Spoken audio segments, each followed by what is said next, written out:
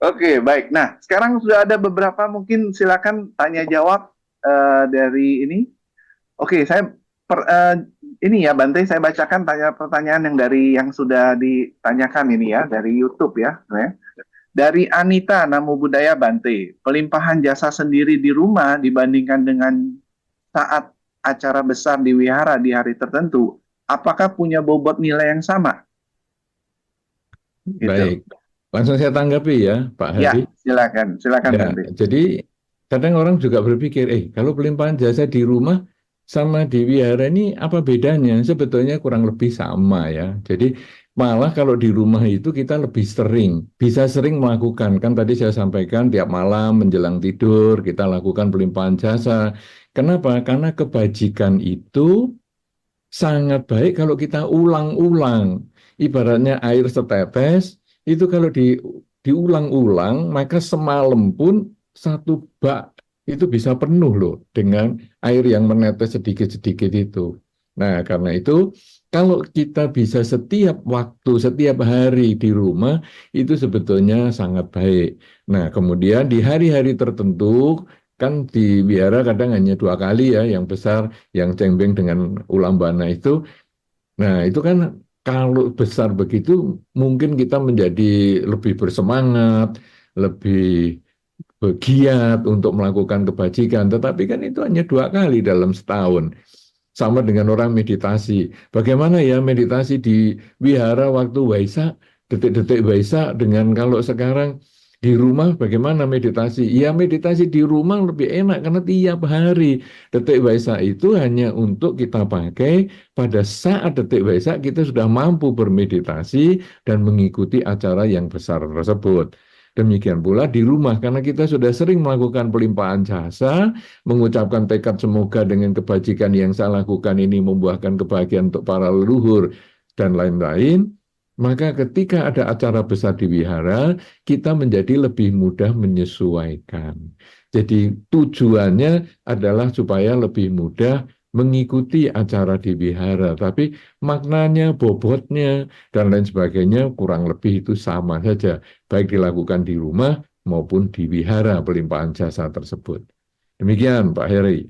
Ini banyak pertanyaan nih dari anonim, nggak ada nama artinya nih Pak Bante ya. Jadi pelimpahan jasa apa bisa dilakukan dengan bahasa yang saya mengerti atau harus menggunakan mantra yang wajib dalam agama Buddha? Bagaimana menurut Bante?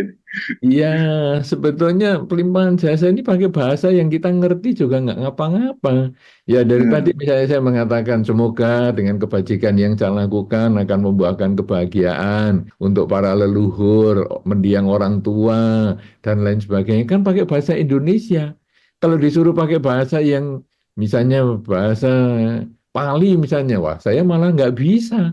Tapi dengan bahasa Indonesia bisa. Kenapa? Karena itu kita yang penting merumuskan pikiran kita tersebut dengan semoga dengan kebajikan yang saya lakukan membuahkan kebahagiaan untuk para mendiang, orang tua, leluhur, kakek, nenek dan sebagainya. Pakai bahasa yang kita ngerti saja. Anda ngertinya bahasa apa? Ya gunakanlah itu supaya tujuan Anda bisa tercapai. Tidak ada harus bahasa khusus, tidak. Karena bahasa khusus itu pun digunakan oleh orang dulu yang menggunakan bahasa itu untuk melakukan pelimpahan jasa.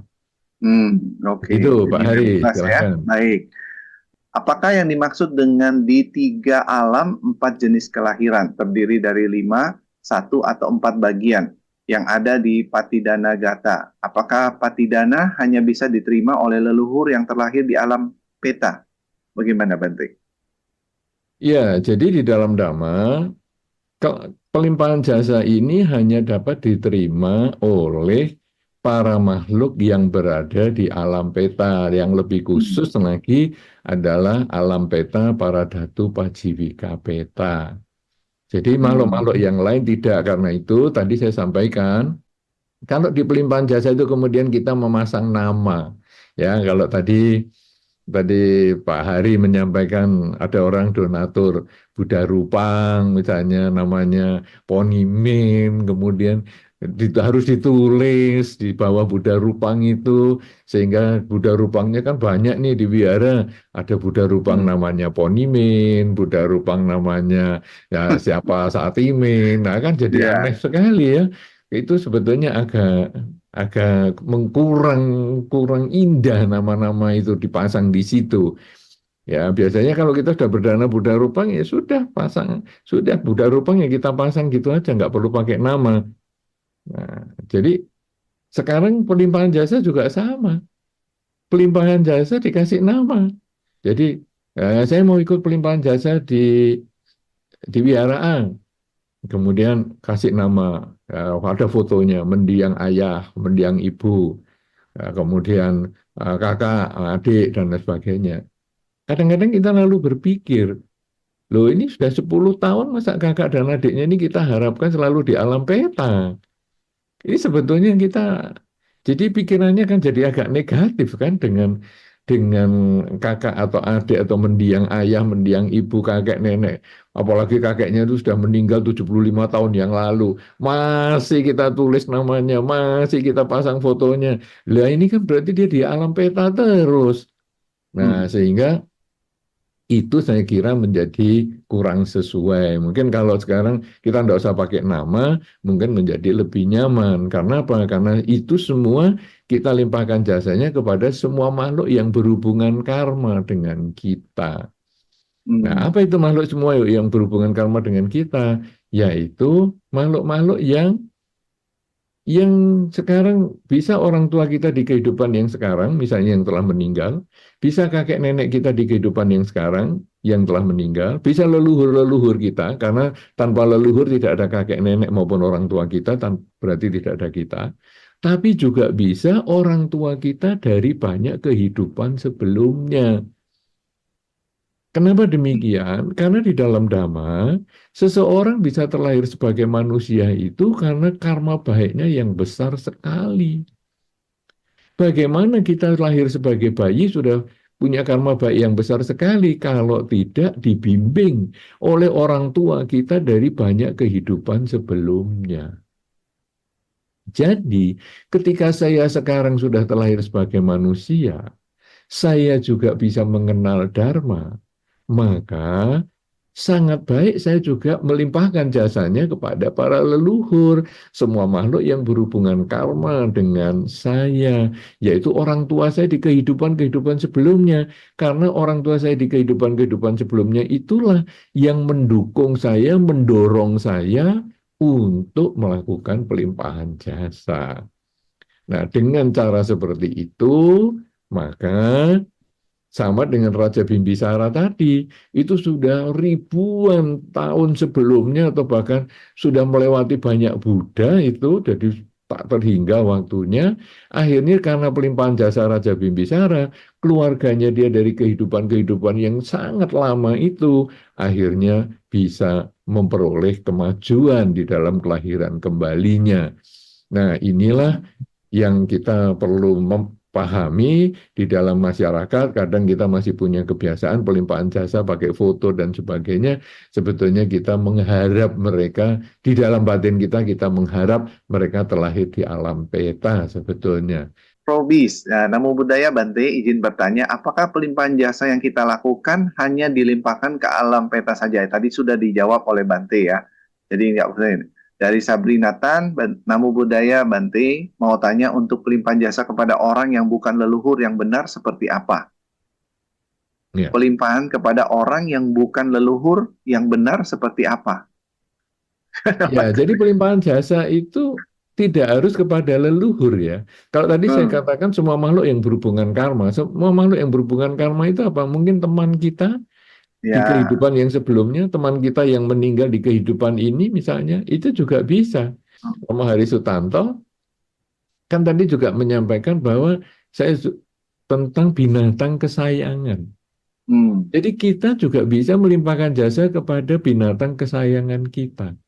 hmm, Kenapa? Karena hari ini dia terlahir sebagai anjing kita, atau kucing hmm, kita, atau ular kita, atau mungkin kura-kura kita, atau hmm, burung kita misalnya, kelinci ya. kita misalnya. Itu tentu ada ikatan karma. Hmm. ada hubungan karma. Buktinya apa? Misalnya kalau dulu di zaman Sang Buddha, kemudian ada seorang biku yang sedang pindah patah jalan pagi-pagi, kemudian dia melihat, loh, ini di depan rumah kok ada anjing santai-santai tiduran, kok enak sekali ya anjingnya Ya. santai-santai.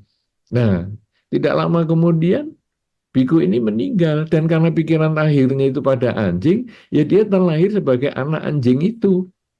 Nah, Ya. tetapi tentu sampai karmanya habis. Kalau karmanya sudah habis, ya karena biku ini juga punya kebajikan yang cukup banyak, tapi karena pikiran akhirnya tadi terkesan dengan anjing, dia lahirlah di situ, maka setelah karma baiknya berbuah, dia matilah dari alam anjing itu dan terlahir di alam bahagia. Nah, artinya anjing yang ada di sekitar kita, kucing, binatang-binatang di sekitar kita itu, ada kemungkinan itu juga punya ikatan karma dengan kita. Ya, Hmm. buktinya apa? Kita punya 2 ekor anjing atau 2 ekor kucing. Kita bisa lebih menyayangi satu yang ini dibandingkan yang satunya. Berarti kita ada ikatan karma. Malah kadang ada orang yang mengatakan, anjing yang ini ganteng sekali ya. Kucing yang itu cantik sekali ya.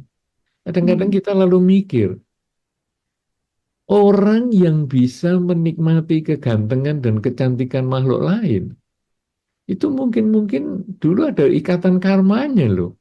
Karena bagi orang tertentu kayak anjing kayak gitu kok ganteng, orang cuman bulunya kayak gitu, bentuknya kayak gitu, kucing kayak gitu kok bentuknya cantik tuh apanya. Tapi orang ini mengatakan cantik atau ganteng, berarti ada kemungkinan itu mungkin keluarganya dia di kehidupan yang sebelumnya. Nah, ketika mati binatang itu kita juga bisa melimpahkan jasa. Lalu dikatakan tadi, bagaimana yang benar? Sama sebetulnya caranya, yaitu semoga dengan kebajikan yang sudah saya lakukan, boleh pakai bahasa yang kita ngerti ya, tidak harus pakai bahasa Hmm. yang kita nggak ngerti. Semoga dengan kebajikan yang sudah saya lakukan sampai saat ini, dengan pikiran, ucapan, dan perilaku saya, semoga kebajikan ini melimpah jasa-jasanya kepada anjing saya yang namanya Blacky, yang telah meninggal setahun yang lalu misalnya.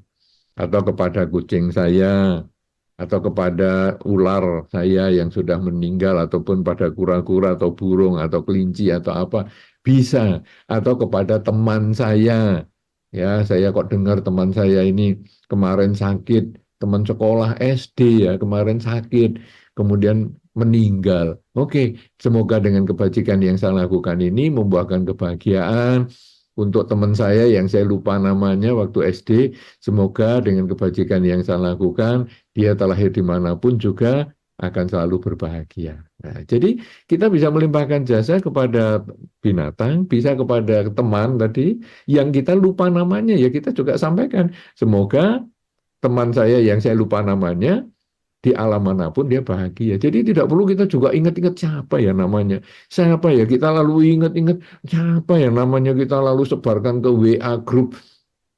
Siapa yang masih ingat teman kita yang ini yang sekarang barusan meninggal, teman-temannya juga nggak ngerti, kemudian diviralkan lewat grup yang lebih besar lagi. Untuk apa nyari seperti itu?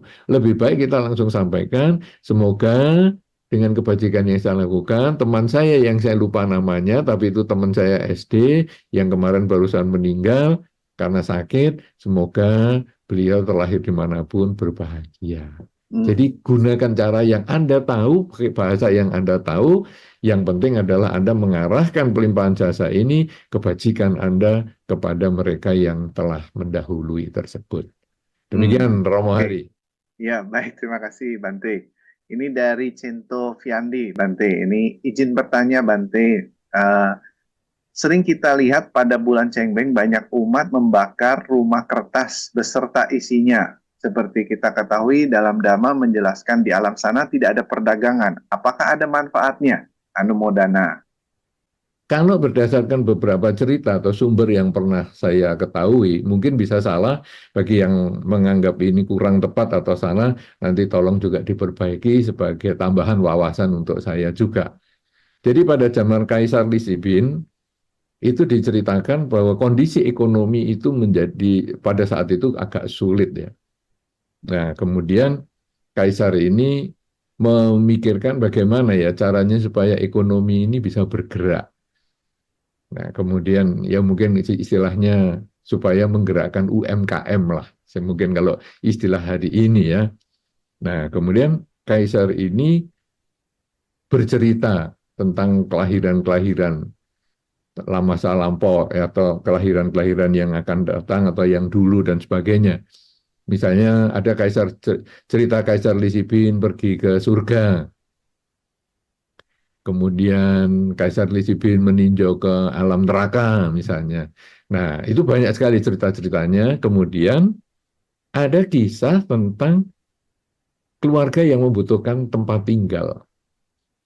Nah, itu Kaisar Lisibin itu membuat ataupun memberikan semacam pengarahan kepada masyarakat, pada rakyatnya, untuk mengadakan upacara persembahyangan, misalnya membakar uang-uangan kertas, yaitu dicetak oleh satu lembaga, sehingga kalau yang membeli uang-uangan kertas itu, akhirnya kan ada pertukaran uang.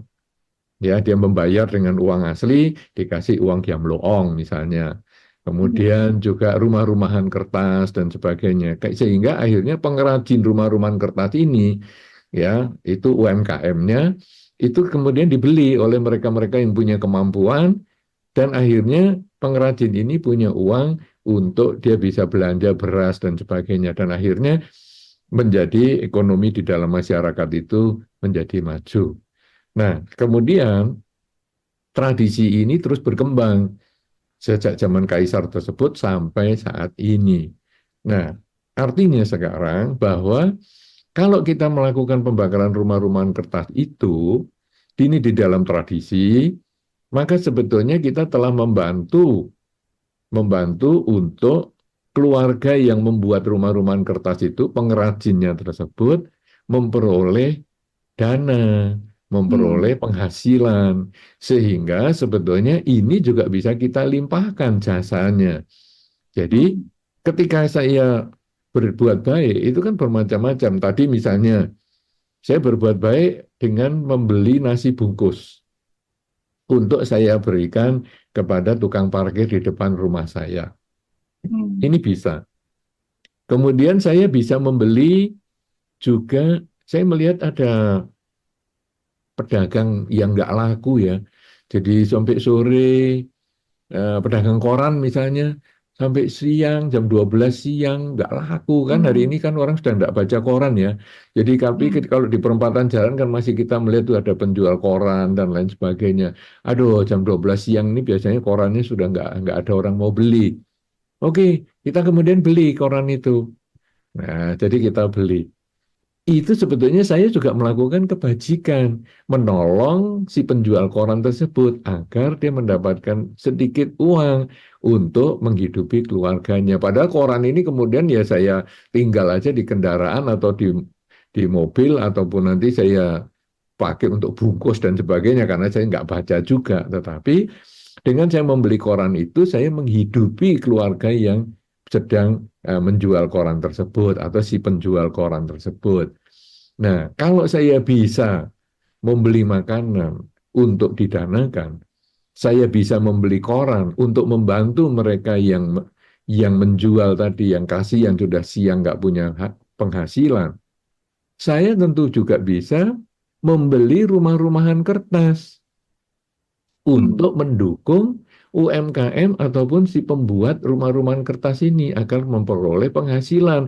Sebagaimana yang dulu ide itu dicanangkan oleh Kaisar Lisibin itu. Nah, karena saya telah membantu keluarga itu untuk mendapatkan penghasilan, maka kebajikan saya, perbuatan baik saya ini bisa saya limpahkan jasanya kepada semua makhluk yang berhubungan karma dengan saya. Nah, jadi sebetulnya dengan membakar rumah-rumahan kertas ataupun dengan mengirimkan uang-uangan kertas dan sebagainya itu, sebetulnya kita juga telah memberikan kelancaran usaha untuk mereka yang membuat atau pengusaha kecil UMKM yang membuat barang-barang upacara tersebut. Demikian yang bisa Ya, saya sampaikan. izin bertanya, apa yang harus kita lakukan untuk mengurangi pikiran tidak baik atau menambahkan keikhlasan di dalam diri kita saat pelimpahan jasa? Oh ya, untuk mengurangi pikiran tidak baik itu, atau kita harus mengembangkan pikiran baik, hal yang paling sederhana adalah sering mengulang semoga semua makhluk bahagia. Kalau kita ulang-ulang-ulang, dia menjadi bagian dari pikiran kita atau mungkin bawah sadar kita, sehingga setiap kali kita berpikir hal yang buruk, kadang kalimat itu akan keluar dengan sendirinya. Ya mungkin kalau Romo hari ini kan juga berbicara tentang memprogram pikiran. Ini kan Hmm. tentu sudah nanti memahami, bisa menambahkan ini. Bagaimana kita mengisi bawah sadar kita ini dengan pikiran-pikiran yang positif. Kadang-kadang kita ini kan kalau pikirannya negatif, waktu kita kaget, kadang-kadang keluar omongan yang negatif. Ataupun kalau kita marah, yang keluar adalah bahasa-bahasa yang buruk. Kenapa? Karena pikiran kita ini simpanannya ataupun kandungan pikiran kita ini banyak yang buruknya. Nah, kemudian kita membiasakan mengisi pikiran kita, tangki pikiran kita, bawah sadar kita ini dengan pikiran yang positif. Misalnya, semoga semua makhluk bahagia, semoga semua makhluk bahagia. Kalau Anda kepingin yang bahasa yang berbeda, ya misalnya, sabi sata, bawantu sukitata, misalnya. Semoga semua makhluk bahagia, semoga semua makhluk bahagia. Nah, ketika kita nanti marah, yang keluar bukan kalimat yang buruk-buruk, tapi karena stok di dalam bawah sadar kita ini sudah banyak yang kalimat positifnya, maka yang keluar saat marah adalah semoga semua makhluk bahagia. Nah, kemudian satu ketika kita ada pelimpahan jasa, lalu ada situasi yang tidak menyenangkan bagi kita. Kita tidak kemudian mengatakan hal yang buruk, wah dasar nih panitia gini gitu, tidak. Tapi kemudian ya sudahlah, semoga semua makhluk bahagia, semoga semua makhluk bahagia. Jadi bagaimana kita bisa menghilangkan pikiran buruk? Pikiran buruk itu muncul karena stok pikiran buruknya banyak di dalam batin kita. Nah sekarang kita harus menuang pikiran positif agar stok pikiran buruk itu menjadi berkurang atau bahkan menjadi hilang.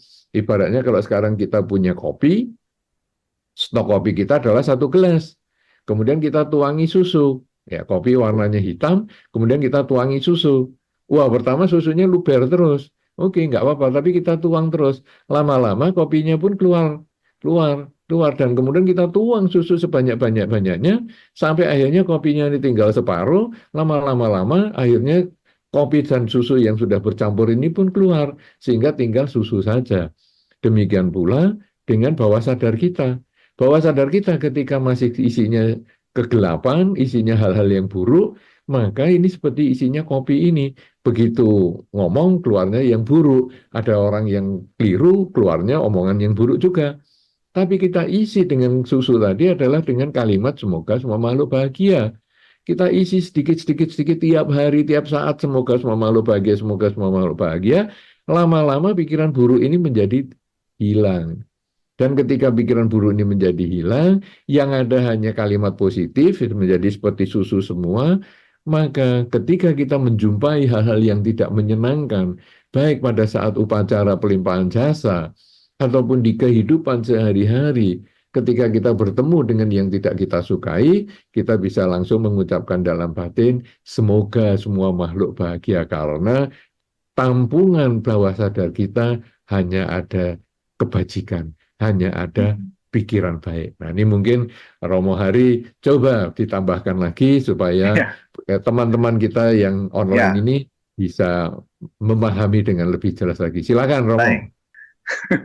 Oke, saya lanjutkan Bante ya. Ini banyak pertanyaannya lagi nih. Dari Joe Johannes, Namo Buddhaya Bante, izin bertanya, adakah beberapa tips untuk bisa melakukan pelimpahan jasa dengan ikhlas? Seperti misalkan beberapa praktek yang bisa dilakukan. Terima kasih.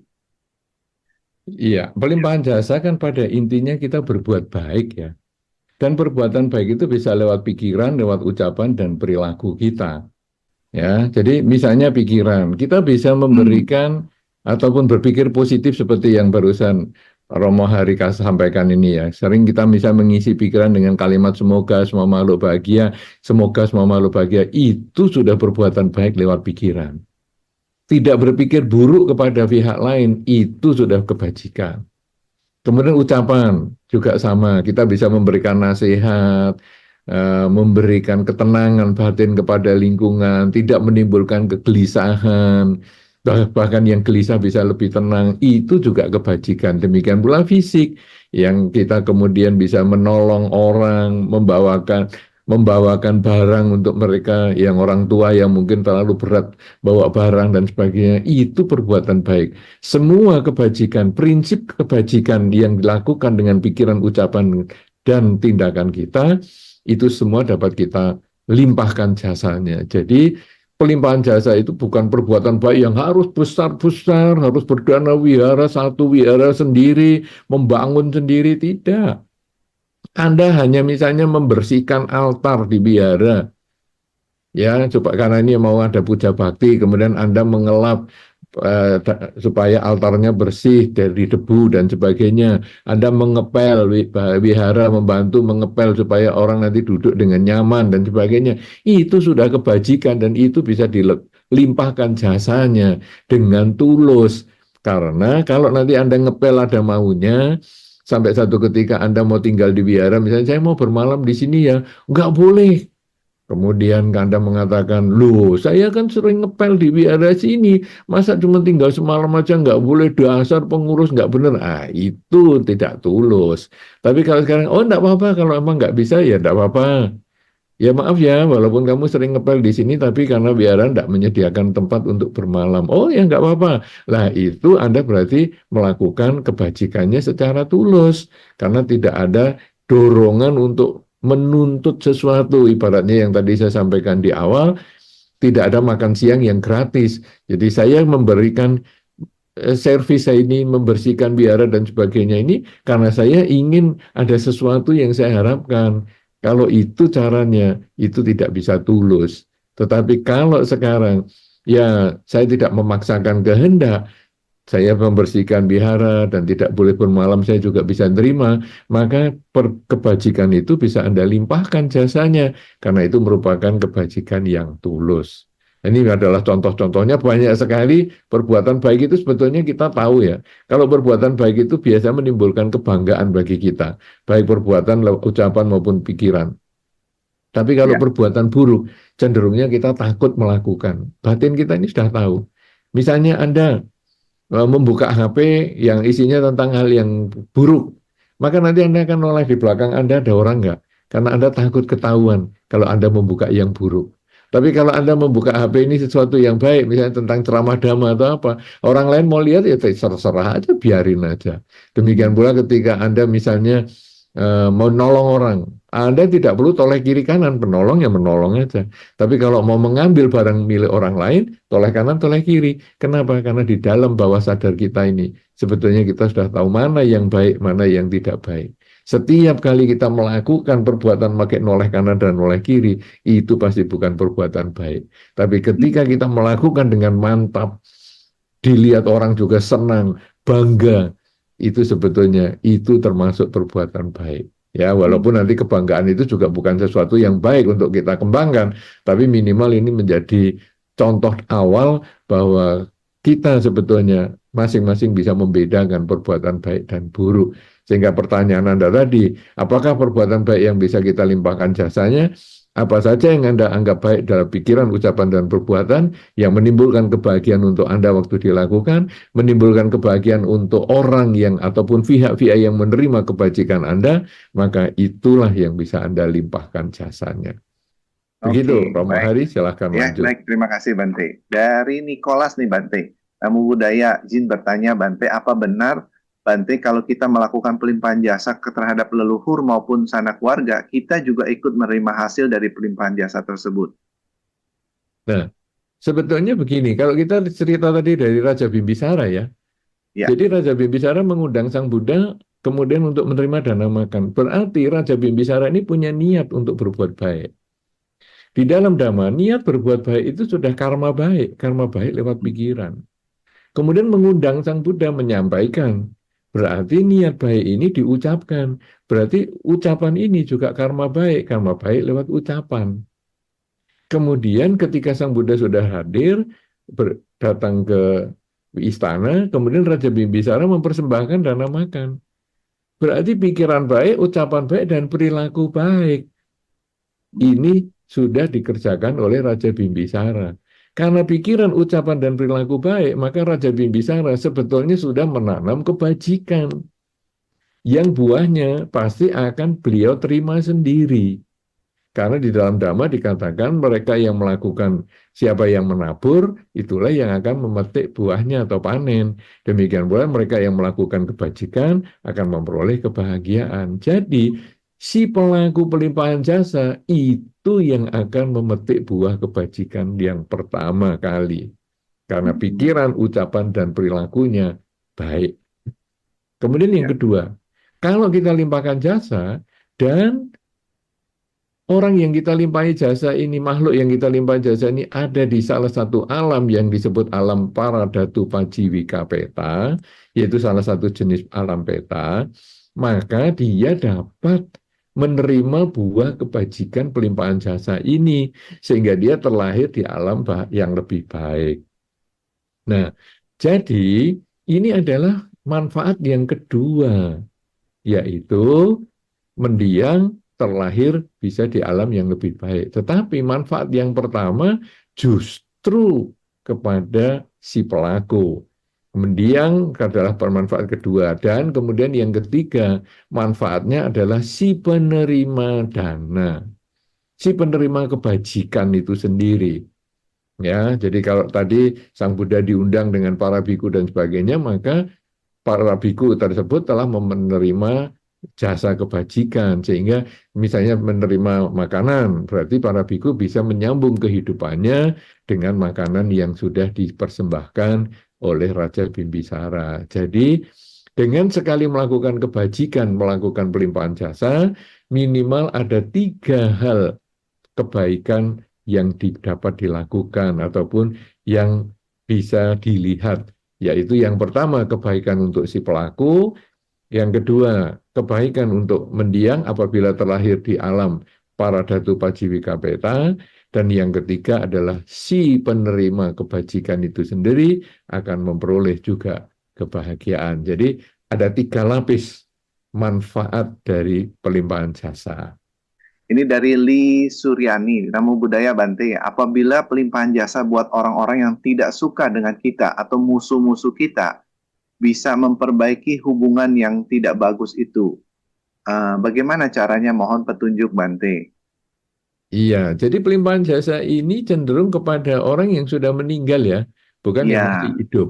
Nah, ya, jadi kalau tadi dikatakan yang bisa menerima jasa ini kan makhluk peta, para datu ya. pajivika peta. Jadi yang masih sudah meninggal.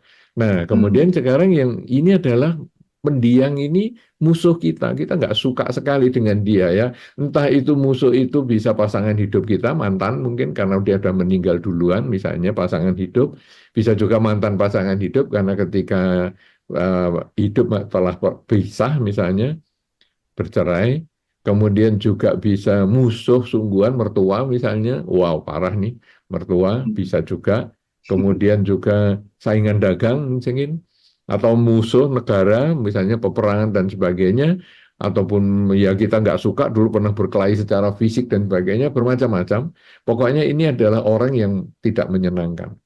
Kalau Anda bisa melakukan pelimpahan jasa kepada musuh Anda, wow, ini bagus banget.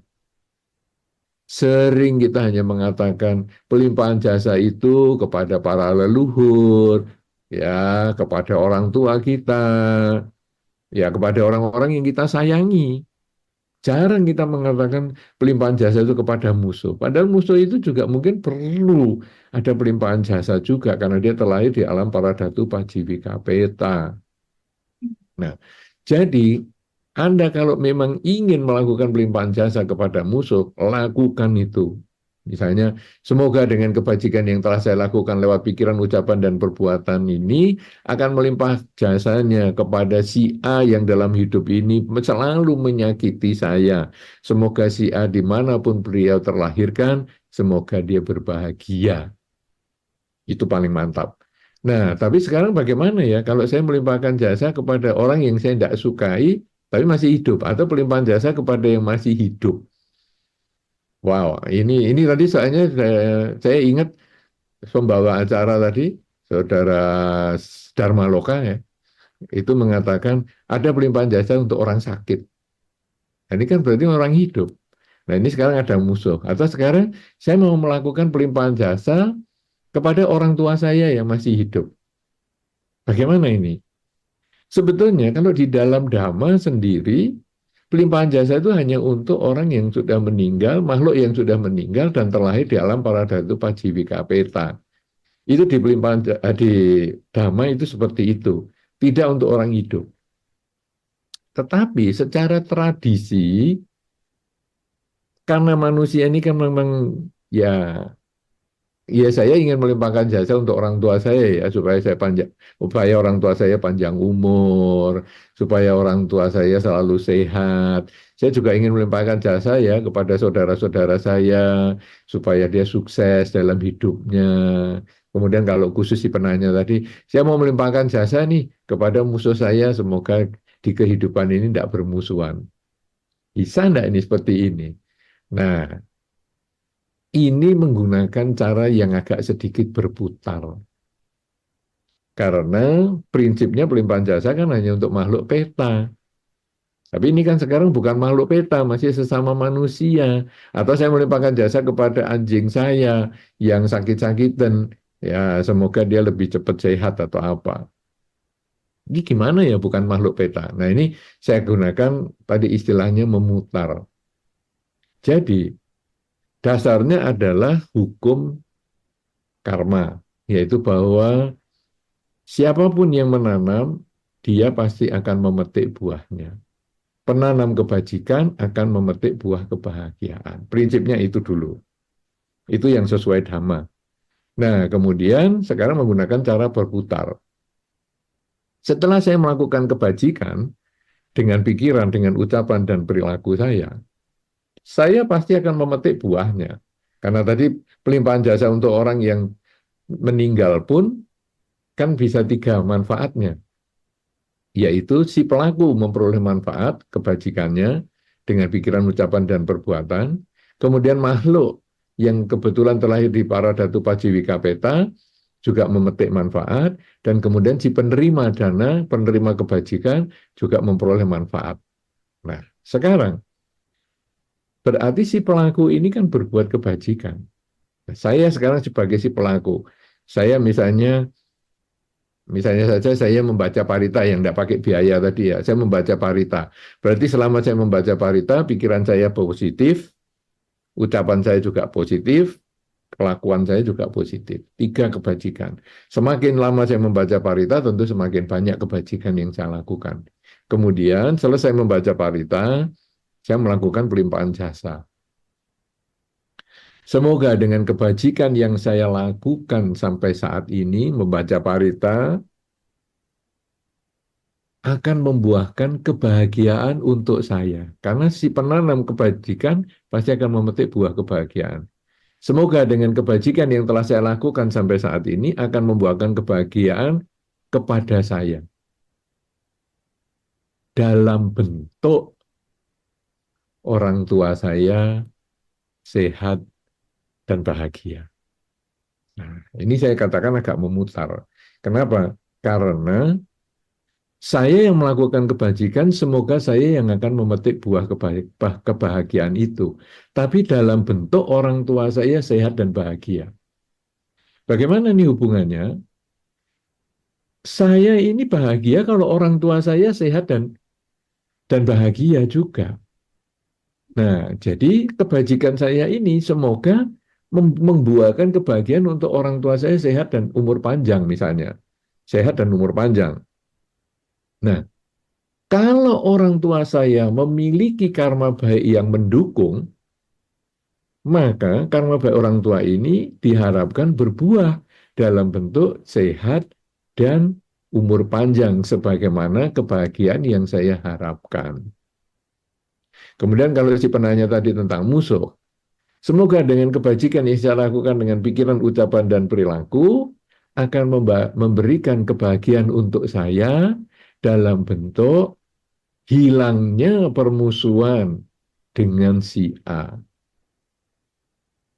Kenapa demikian? Karena saya akan bahagia kalau saya tidak punya musuh dengan si A ini. Saya sudah hilang permusuhannya dengan si A. Nah, kemudian si A ini juga punya karmanya sendiri. Si A yang punya karmanya sendiri ini yang bermusuhan dengan saya, itu kan ada buah, ada jatuh temponya. Kalau buahnya sudah habis, kan karmanya juga selesai, permusuhannya juga berhenti. Nah, kita harapkan di dalam kehidupan ini juga buah karma buruk sebagai permusuhan ini berhenti, sehingga hasilnya di dalam kehidupan ini tidak ada lagi permusuhan dengan si A. Kemudian anjing yang sakit juga sama. Semoga dengan kebajikan yang sudah saya lakukan dengan pikiran, ucapan, dan perilaku saya ini, semoga akan membuahkan kebahagiaan untuk saya dalam bentuk anjing saya lebih sehat dan umur panjang. Kenapa demikian? Karena kebaikan saya ini kalau berbuah saya harapkan berbuah dalam bentuk anjing yang sehat, karena itu menjadi kebahagiaan saya. Lah, anjing ini kalau punya karma baik yang mencukupi dan mendukung, maka dia menjadi sehat dan umur panjang. Tapi kalau karma baiknya tidak mendukung, ya saya sudah berbuat baik, memetik karma baik, tetapi anjing tetap umurnya pendek karena karma baiknya tidak mendukung. Demikian musuh saya ini. Kalau karma baiknya tidak mendukung, saya sudah berbuat baik. Semoga saya berbuah kebahagiaan dalam bentuk permusuhannya berhenti. Tapi karena karmanya tidak mendukung, ya saya masih musuhan terus. Tetapi tetap saya sudah berbuat baik duluan. Saya juga orang tua saya supaya sehat dan panjang umur. Saya sudah berbuat baik, tetapi orang tua karma baiknya tidak mendukung untuk tua menjadi umur panjang dan sehat. Kalau begitu, orang tua tetap meninggal, tetapi saya sudah melakukan kebajikan. Jadi, secara prinsip, pelimpahan jasa ini hanya untuk orang meninggal, tapi kalau ada untuk orang yang hidup atau makhluk-makhluk yang masih hidup bersama dengan kita, pakai cara yang agak sedikit muter ini, karena ini yang digunakan di dalam beberapa tradisi, tetapi sekali lagi tidak ada di dalam sumber Tipitaka. Nah, ini mudah-mudahan bisa dimengerti sehingga Anda bisa gunakan, semoga bisa memberikan manfaat sesuai dengan yang Anda harapkan.